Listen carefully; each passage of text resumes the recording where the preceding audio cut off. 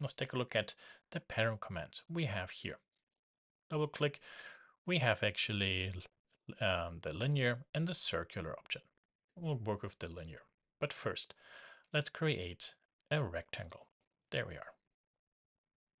Then go to pattern, double click, and now here we can specify total distance or spacing. Let's go with total distance. And then I drag this out a little bit.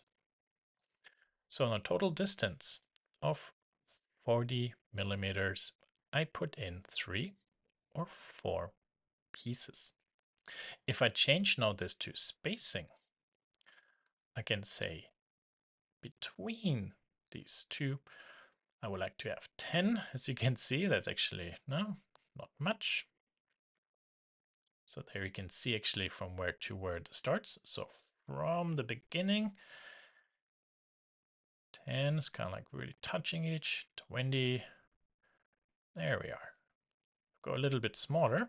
And then when we increase the number, you see more are actually added to it. So that is really the difference between total distance, into which we fill an amount of copies, to the spacing, which essentially adds the spacing between each.